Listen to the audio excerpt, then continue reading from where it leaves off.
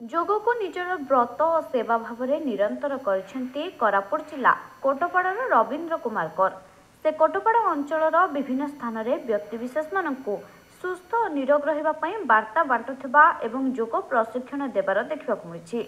सेहीपरि कोटपाड़ार रवींद्र कुमार कर उत्तराखंड राज्यर हरिद्वार पतंजलि योगपीठ में आयोजित जातीय और अंतर्जातीय स्तर में मुख्य योग शिक्षक प्रशिक्षण में कोरापुट जिलार एकमात्र योग प्रशिक्षण भाव में जोगदे प्रिंसिपाल योग शिक्षक भाव प्रशिक्षण नहीं।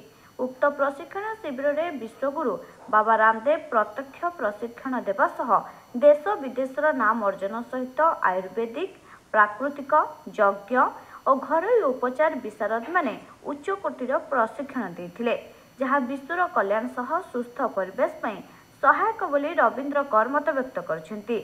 पूर्व कोटपाड़ विभिन्न शिक्षानुष्ठान यथा एसपी नुआगाँ विद्यालय कोटपाड़ महाविद्यालय एवं योग दिवस योग प्रशिक्षण देवार देखा मिलता।